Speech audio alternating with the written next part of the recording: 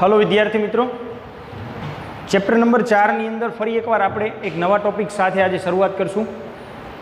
મિત્રો, અત્યાર સુધીમાં આપણે ઘણા બધા ટોપિકના નિષ્કર્ષ અને એના વિશેના કેટલાક એક્ઝામ્પલ્સની વાત કરી નાખેલી છે। આજે મારે વાત કરવી છે સૌથી મહત્ત્વનો ટોપિક એ છે એમ્પિયરનો સર્કિટલ નિયમ। એમ્પિયરના સર્કિટલ નિયમને નોર્મલી એમ્પિયરનો સર્કિટલ નિયમ એ બાયો-સાવર્ટના નિયમની સંકલન સ્વરૂપની રજૂઆત છે। સ્ટેપ બાય સ્ટેપ એને સમજવાનો પ્રયત્ન કરીએ। પ્રશ્ન છે,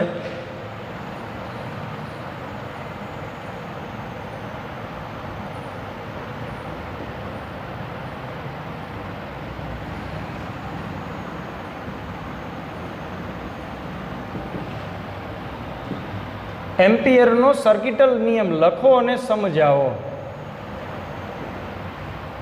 પ્રશ્ન છે મિત્રો, એમ્પિયરનો સર્કિટલ નિયમ લખો અને સમજાવો। એમ્પિયરનો નિયમ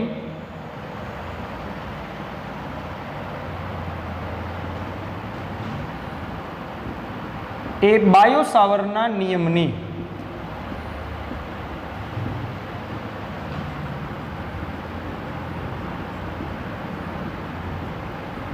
સંકલન સ્વરૂપે રજૂઆત છે। મિત્રો, એમ્પિયરનો નિયમ એ બાયો-સાવર્ટના નિયમની સંકલન સ્વરૂપે રજૂઆત છે। બંધ વક્રની સંકલ્પના માટે એમ્પિયરનો નિયમ લાગુ પાડી શકાય છે, જેને આપણે એમ્પિયર નિયમ કહીશું। એમ્પિયરનો નિયમ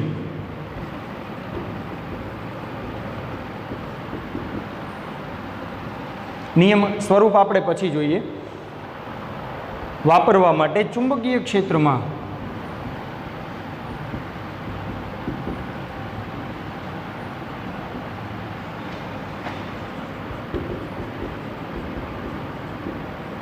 બંધ ક્લોઝ લૂપ બંધ વક્રની કલ્પના કરવામાં આવે છે।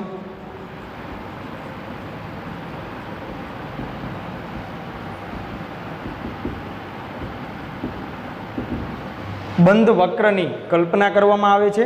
આ બંધ વક્રને મિત્રો આપણે જ્યારે ઉપયોગમાં લઈશું ત્યારે એને આપણે એમ્પિયર લૂપ એવું કહીશું। આ બંધ વક્રને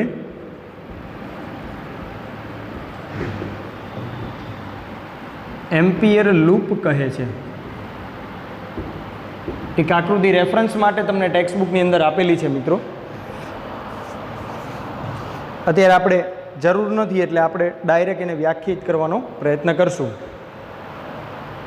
એમ્પિયર લૂપ પર ચુંબકીય પ્રેરણનું રેખા સંકલન તે લૂપમાંથી પસાર થતા વિદ્યુત પ્રવાહ અને શૂન્યાવકાશની પરમિયાબિલિટી μ0 ના ગુણાકાર જેટલું હોય છે। મારે ચુંબકીય ક્ષેત્રનું રેખા સંકલન લેવું છે, એટલે નિયમ આ પ્રમાણે છે।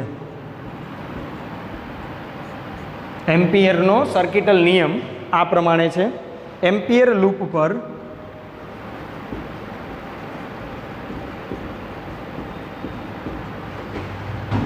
ચુંબકીય ક્ષેત્રનું રેખા સંકલન એ વિદ્યુત પ્રવાહ એટલે આપણે લૂપને અનુરૂપ લઈશું તે લૂપમાંથી પસાર થતા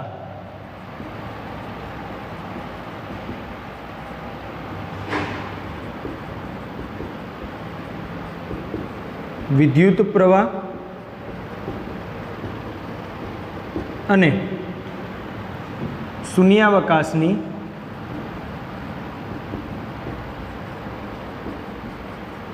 પરમિયાબિલિટી μ0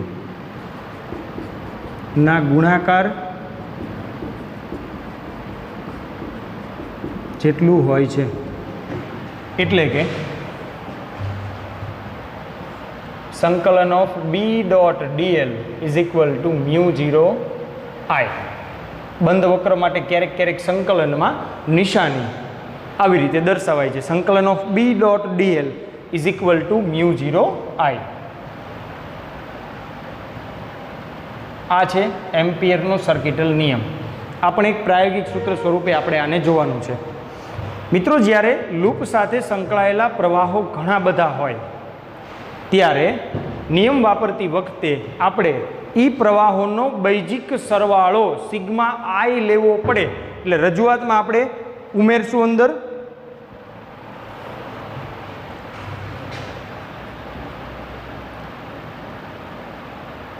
ઘણા બધા પ્રવાહોના કિસ્સામાં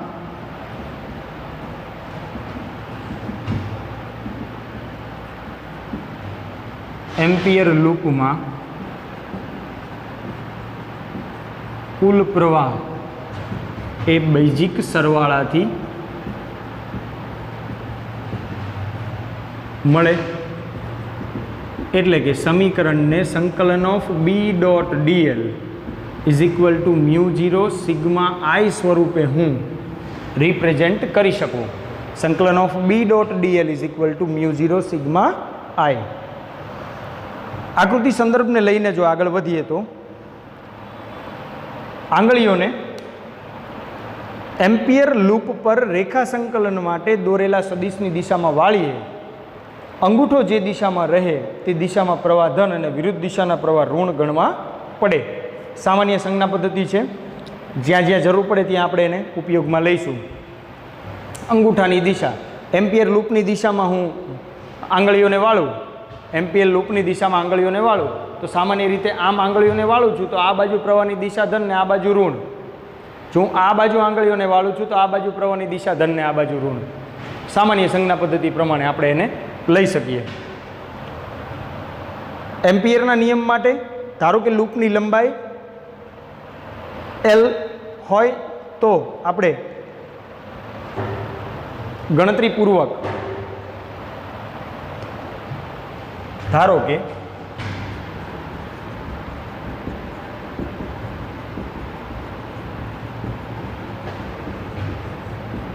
એમ્પિયર લૂપની લંબાઈ એલ હોય તો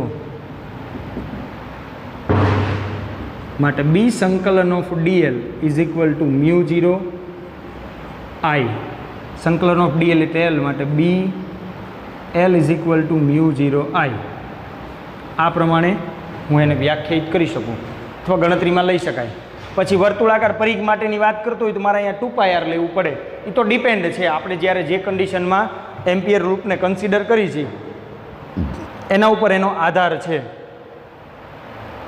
લૂપ વડે ઘેરાયેલ પ્રવાહને મેં આઈ કીધો છે તો એમ્પિયરના નિયમ પરથી હું BL ઇઝ ઇક્વલ ટુ μ0 આઈ લઈ શકું. તો આ પ્રમાણે મિત્રો એક સાદા નિયમની રજૂઆત, જેને આપણે એમ્પિયરનો સર્કિટલ નિયમ કહીશું. એમ્પિયર લૂપ પર ચુંબકીય ક્ષેત્રનું રેખા સંકલન તે લૂપમાંથી પસાર થતા વિદ્યુત પ્રવાહ અને શૂન્યાવકાશની પરમિયાબિલિટીના ગુણાકાર જેટલું હોય છે. ઘણા બધા પ્રવાહોના કિસ્સામાં આપણે એનો બેઝિક સરવાળો લેવો પડે વિદ્યુત પ્રવાહનો, તો આપણે μ0 સિગ્મા આઈ લઈશું એવા કિસ્સાની અંદર. અને ધારો કે લૂપની લંબાઈ એલ હોય, એલ લંબાઈની લૂપ લેતા હોય તો BL ઇઝ ઇક્વલ ટુ μ0 આઈ લઈ શકાય. તો આ પ્રમાણે આપણે એમ્પિયરના સર્કિટલના નિયમને મિત્રો સમજવાનું છે. આગળ વાત કરીએ, એક ઉદાહરણ આપેલું છે મિત્રો. વાસ્તવિકમાં એ એક થિયરી સ્વરૂપ છે જેનો ઉપયોગ અલગ અલગ દાખલાઓમાં થાય છે, એની મારે અત્યારે ચર્ચા કરવી છે.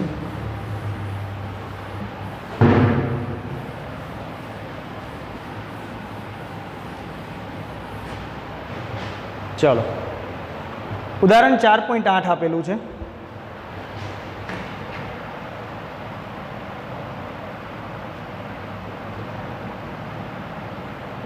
ઉદાહરણ 4.8 મિત્રો થિયરી સ્વરૂપમાં પણ પૂછાઈ શકે છે, એટલે આપણે બંને રીતે જોઈશું. એનું થિયરી સ્વરૂપ છે અનંત લંબાઈના પ્રવાહધારી તાર વડે ઉદ્ભવતા ચુંબકીય ક્ષેત્રનું સૂત્ર તારવું. અનંત લંબાઈના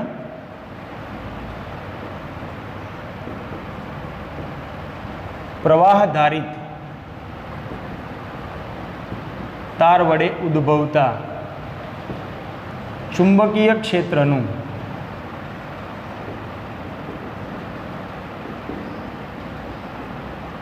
સૂત્ર તારવું. અનંત લંબાઈના પ્રવાહધારિત તાર વડે ઉત્પન્ન થતા ચુંબકીય ક્ષેત્રનું સૂત્ર તારવું. એક આકૃતિ રકમમાં આપી છે મિત્રો. ઉદાહરણને આપણે રકમ સાથે પણ સમજવાનો પ્રયત્ન કરશું. આકૃતિમાં વિદ્યુત પ્રવાહ આઈ ધારિત વર્તુળાકાર આડછેદ એક આપેલો છે. ચલો આકૃતિથી એને સમજવાનો પ્રયત્ન કરીએ. એક તાર છે, ઇનર અને આઉટર લૂપ વ્યાખ્યાયિત કરીશું.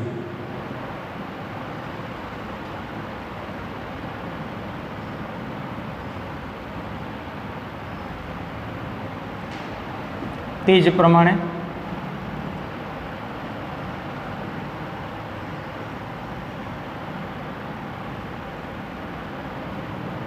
એક આઉટર લૂપ લઈશું. અહીંયા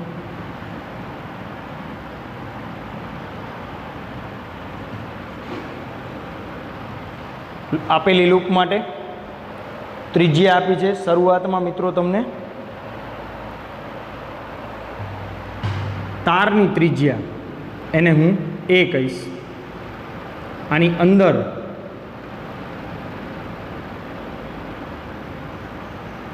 એક લૂપ લઉં છું, ત્રિજ્યા આર ડેશ અને બહાર ત્રિજ્યા લઈશ આર. આ પ્રમાણેની એક રજૂઆત આપેલી છે. બિંદુ પી છે. અંદરની જે સપાટી છે એને આપણે એમ્પિયર લૂપ 1 કહીશું અને બહારની સપાટી છે એને એમ્પિયર લૂપ 2 કહીશું. 2 અને 1. અંદરની સપાટી એમ્પિયર લૂપ 1 કહીશું. આકૃતિમાં આપણને એને અનુરૂપ પરિસ્થિતિ દર્શાવી છે. ચલો પ્રશ્ન છે તમારો, અનંત લંબાઈનો પ્રવાહધારિત તાર, એના વડે ઉદ્ભવતું ચુંબકીય ક્ષેત્ર, એનું મારે સૂત્ર મેળવવાનું છે. અહીંયા એની ત્રિજ્યાને હું દર્શાવીશ. સૌથી પહેલાં તો 2 તબક્કાની અંદર આની ગણતરી હું દર્શાવી શકું છું. સૌથી પહેલો તબક્કો છે એ છે અંદરના ભાગમાં અને બીજો છે એ બહારના ભાગમાં. એટલે હું તારની અંદરના ભાગમાં એક એમ્પિયર લૂપ વિચારી લઉં અને એને અનુરૂપ મારે ગણતરી કરવાની ને એક તારથી બહાર ચુંબકીય ક્ષેત્ર એની મારે એક ગણતરી કરવાની. સૌથી પહેલાં તો તારથી બહાર ચુંબકીય ક્ષેત્ર એટલે કે આર ગ્રેટર ધેન એ. પહેલી પરિસ્થિતિ હું સમજવાનો પ્રયત્ન કરીશ. આર ગ્રેટર ધેન એ, તારની ત્રિજ્યા એ છે. તમને રકમમાં આપ્યું છે એ મુજબ તારની ત્રિજ્યા એ છે. આર ત્રિજ્યાની એમ્પિયર લૂપ વડે તમામ પ્રવાહ ઘેરાતો હોય. આ એમ્પિયર લૂપ 2 છે. અત્યારે આર ત્રિજ્યાની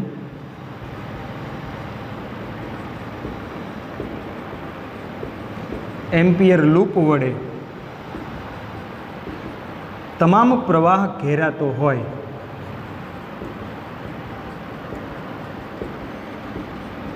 તો સંકલન of B dot DL is equal to mu 0 I મુજબ બી સંકલન of DL is equal to mu 0 I.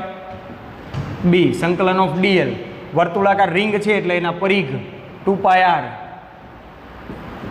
Is equal to mu 0 આઈ. તો મને સિમ્પલ ચુંબકીય ક્ષેત્ર બી બરાબર મ્યુ 0 આઈ અપોન 2πr મળે. અતિ લાંબા તારથી આપણે શું યાદ રાખવાનું છે? અનંત લંબાઈના અતિ લાંબા તારથી આર અંતરે ચુંબકીય ક્ષેત્ર મ્યુ 0 આઈ અપોન 2πr થાય. તો 2 પ્રકારના સૂત્રોને આપણે એક સાથે ધ્યાનમાં લઈશું. આની આગળ આપણે ચર્ચા કરી હતી બાયો-સાવરના નિયમ પ્રમાણે વર્તુળાકાર રિંગના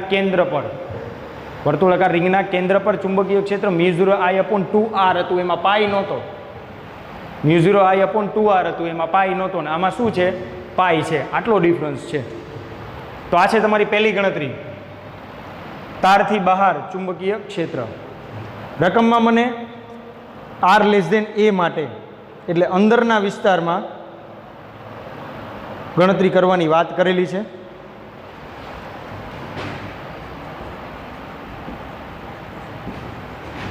તારથી અંદરના વિસ્તારમાં ચુંબકીય ક્ષેત્ર જેની અંદર આર ડેશ લેસ ધેન એ, આમાં આર ગ્રેટર ધેન હતું, મેં અહીંયા ટેમ્પરરી અને આર ડેશ વડે દર્શાવ્યું છે. ચલો આપણે પ્રવાહ ધારેલો છે એની વાત કરીએ મિત્રો. તો અહીંયા પ્રવાહ અતિ લાંબા તાર માટે I જેટલો પ્રવાહ પાઈ એ સ્ક્વેર, આનો આડછેદ કેટલો હશે? એ ત્રિજ્યાનો તાર છે એનો આડછેદ પાઈ એ સ્ક્વેર હશે, એટલે એના માટે મેં પ્રવાહને લીધેલો છે.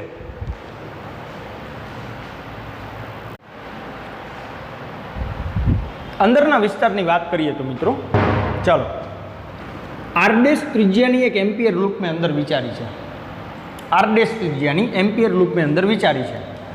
તો સૌથી પહેલાં તો પાઈ એ સ્ક્વેર ક્ષેત્રફળ માટે પ્રવાહ લીધો છે આપણે I, રકમમાં આપેલો છે આપણને I પ્રવાહ છે પાઈ એ સ્ક્વેર માટે. તો મારે તો કેટલો ભાગ જોઈએ છે? માત્ર પાઈ આર ડેશનો વર્ગ જોઈએ છે. માટે પાઈ આર ડેશના વર્ગ માટે વિદ્યુત પ્રવાહ એને હું I ડેશ કહું, તો ગણતરી માટે I ડેશને સૂત્રનો કરતા બનાવતા આ પાઈ આર ડેશનો વર્ગ ઉપર જાય ને, એ સ્ક્વેર નીચે આવે, એટલે પાઈ આર ડેશનો વર્ગ I છેદમાં પાઈ એ સ્ક્વેર, પાઈ ઉડી જશે, આર ડેશનો વર્ગ I છેદમાં એ સ્ક્વેર. આ પ્રમાણે મને વિદ્યુત પ્રવાહ I ડેશ મળે. I ડેશ મળી ગયું છે. તો હવે અંદરનું જે બિંદુ છે, બહાર P લીધું, અંદર હું Q લઉં, તો Q બિંદુએ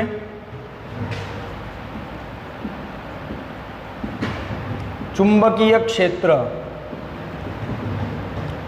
B બરાબર μ0 I dash upon 2 pi R dash અનુસાર, આગળ ઓલરેડી એક નાનકડી ગણતરી આપણે કરેલી છે, માટે B બરાબર μ0 I ડેશ એટલે આર ડેશનો વર્ગ I છેદમાં 2 pi R dash a square. એક આર ડેશ ઉડી જશે અને મળે છે μ0 I R dash upon 2 pi a square. આ પ્રમાણે મને μ0 I R dash upon 2 pi a square, આ પ્રમાણે મને ચુંબકીય ક્ષેત્ર મળશે. ચલો, આપેલી પરિસ્થિતિમાં અહીંયા હું એમ કહી શકું B ચલે છે 1/r અને અહીંયા મને મળે છે B ચલે છે આર ડેશ. જો હું બહારના ભાગની વાત કરતો હોય, અતિ લાંબા તારથી બહારના ભાગમાં, તો ચુંબકીય ક્ષેત્ર 1/r અનુસાર, અને અંદરના ભાગની વાત કરતો હોય તો ચુંબકીય ક્ષેત્ર આરના સમપ્રમાણમાં, બહારના ભાગમાં આરના વ્યસ્ત પ્રમાણમાં હોય. એક નાનકડા ગ્રાફથી હું આને દર્શાવી શકું. B વર્સિસ આરનો ગ્રાફ લઉં મિત્રો.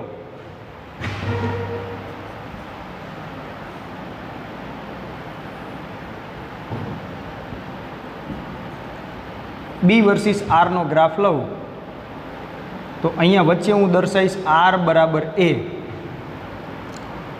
તો સૌથી પહેલું B ચલે છે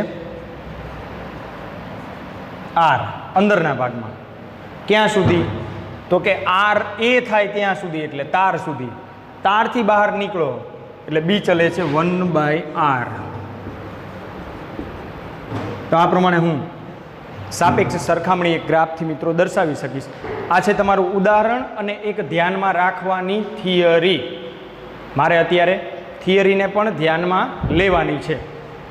થિયરી સ્વરૂપને મારે વ્યવસ્થિત ધ્યાનમાં રાખવાનું છે, એટલે મને અંદર ને બહારના ભાગમાં ચુંબકીય ક્ષેત્રના મૂલ્યો મળે. એટલે અતિ લાંબા તારથી આર અંતરે ચુંબકીય ક્ષેત્ર μ0I/2πr લઈ શકાય.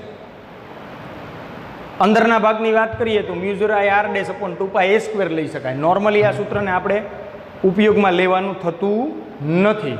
અત્યારે સૌથી વધારે ઉપયોગ આપણે આ સૂત્રનો થશે μ0I/2πr. આ કમ્પેરિઝન તમે અહીંયા દર્શાવી શકશો.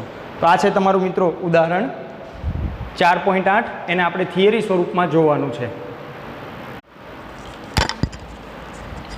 બહુ જ વ્યવસ્થિત રીતે મિત્રો તમારે ઉદાહરણને ધ્યાનમાં લેવાનું છે. આને સંબંધિત બીજા કેટલાક દાખલાઓ છે, એની મારે અત્યારે ચર્ચા કરવી છે. તો દાખલામાં આગળ વધીએ.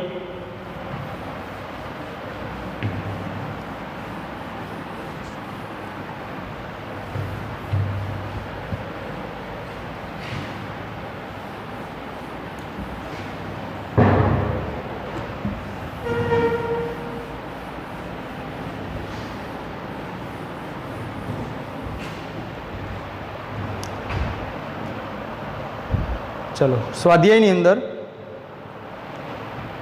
દાખલા નંબર 4.2 આપેલો છે, એને સમજવાનો પ્રયત્ન કરીએ. એક લાંબા સીધા તારમાંથી 35 એમ્પિયર પ્રવાહ વહે છે. I બરાબર 35 એમ્પિયર.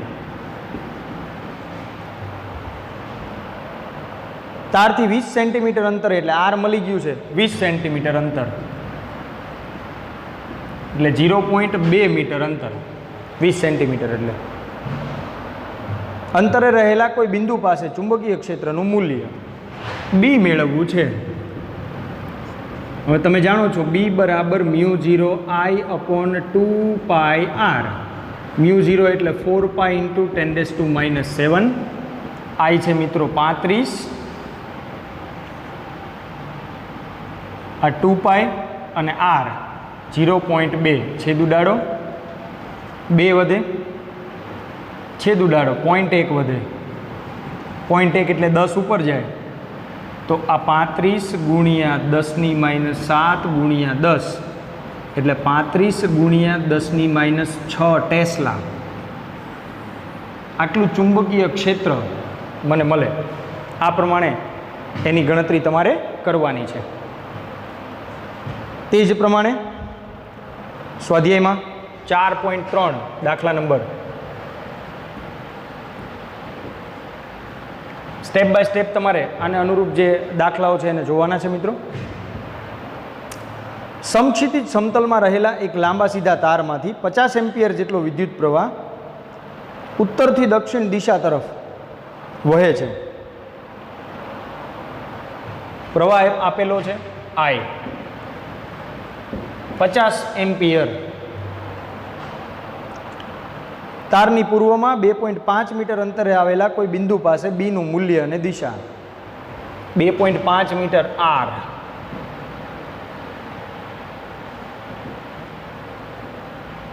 ચુંબકીય ક્ષેત્ર મેળવવું છે. ફરીથી સૂત્ર રજૂઆત પ્રમાણે બી બરાબર μ0 I/2πr પ્રમાણેની આપણે પહેલાં ગણતરી દર્શાવશું મિત્રો. બી બરાબર μ0 I/2πr, 4π × 10⁻⁷, આ 50, આ 2π અને 2.5, છેદ ઉડાડો 2, 25 × 2 50 થશે, એટલે અહીંયા 20, 20 × 2 એટલે 40 × 10⁻⁷ ટેસ્લા, તો 4 × 10⁻6 ટેસ્લા. મિત્રો આટલું ચુંબકીય ક્ષેત્ર મને મળશે. ચુંબકીય ક્ષેત્ર એને અનુરૂપ મૂલ્ય મને 4 × 10⁻6 મળે છે, જે આપણે અહીંયા ગણતરીમાં લીધું છે. તો આ પ્રમાણે એની ગણતરી આપણે દર્શાવી શકશું. તમારે વિદ્યાર્થી મિત્રો ઉપયોગિતાના સંદર્ભમાં અહીંયા મૂલ્ય કેવી રીતે મળે છે એનું વ્યવસ્થિત ધ્યાન રાખવાનું છે. હજી એક ચોથો દાખલો આપેલો છે સ્વાધ્યાયમાં, એને આગળ સમજવાનો પ્રયત્ન કરીએ.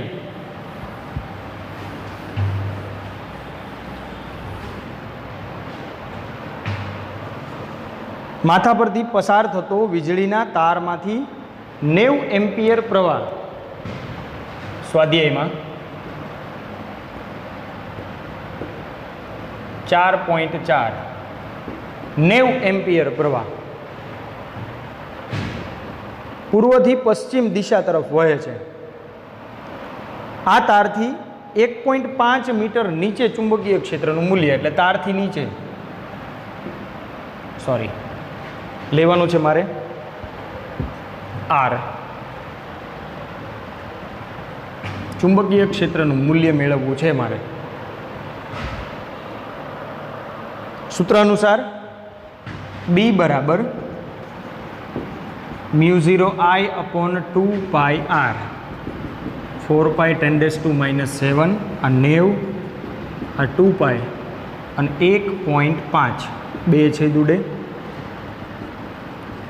180 × 10⁻⁷, 15 12 180, એટલે અહીંયા છેદ ઉડાડીને મને મૂલ્ય મળશે 120 ગુણ્યા 10⁻7, એટલે કે 12 ગુણ્યા 10⁻6 ટેસ્લા, 12 ગુણ્યા 10⁻6 ટેસ્લા. આ પ્રમાણે મને ચુંબકીય ક્ષેત્રનું મૂલ્ય મળશે. વિદ્યાર્થી મિત્રો, બહુ સરળ રીતે તમારે આ નિયમને સમજવાનો છે અને એનું અનુસરણ કરવાનું છે. આ પ્રમાણેના દાખલા આપણે પછી સ્ટેપ બાય સ્ટેપ આગળ જોતા જઈશું. અત્યારે વધારે વિશેષમાં તમારે અતિ લાંબા તારવાળી થિયરીને આ નાના નાના દાખલાઓની પ્રેક્ટિસ કરવાની છે.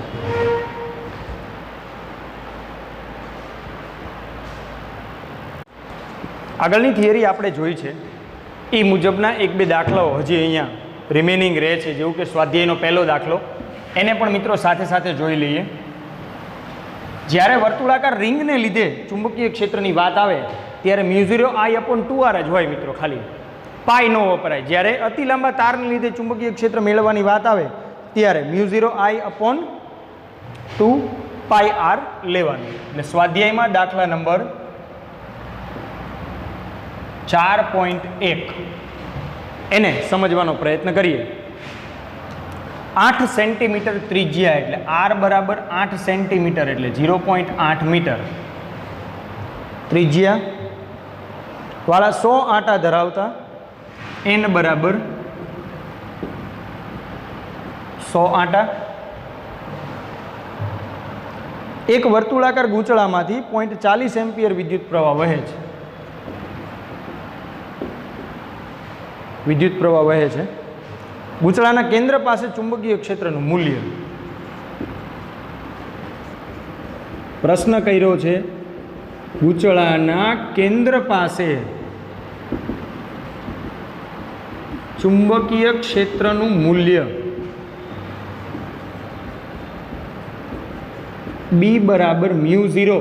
આટાની સંખ્યા આપી હોય ત્યારે મારે NI લેવું પડે કુલ છેદમાં 2r. બસ આમાં કિંમત મૂકવાની છે 4π × 10⁻⁷ n 100 I 0.40 છેદમાં 2 ગુણ્યા r છે 0.8. મિત્રો કેલ્સીની અંદર આની આપણે ગણતરી કરશું 31.4 ગુણ્યા 10⁻5 ટેસ્લા મળે છે. 100 -7 માંથી 10ની 2 વાત કરો એટલે -5 વધે. આ થઈ ગયું ચુંબકીય ક્ષેત્ર. તો આ પ્રમાણે સ્વાધ્યાયનો દાખલા નંબર 1 આપણે ગણી શકશું કે વર્તુળાકાર રિંગના ઉપયોગનો હેતુ છે. એમાં એવું જ એક ઉદાહરણ આપેલું છે મને 4.7. આના જેવું જ મિત્રો એક ઉદાહરણ આપેલું છે 4.7. એને સમજવાનો પ્રયત્ન કરીએ.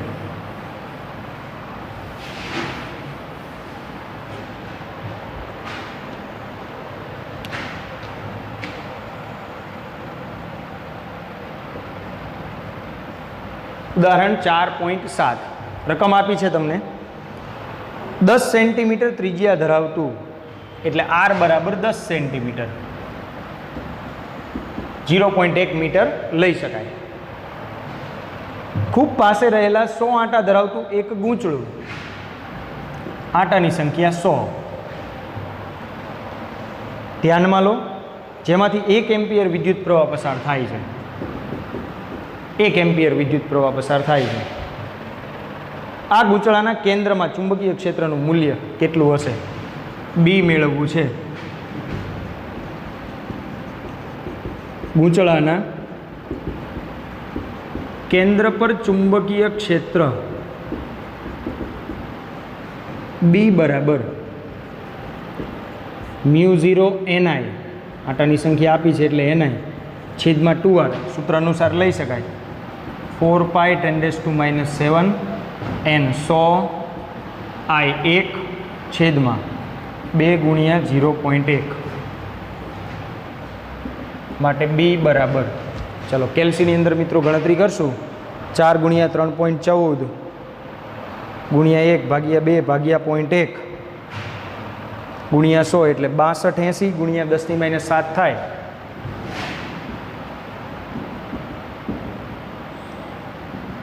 62.8 ગુણ્યા 10⁻5 ટેસ્લા.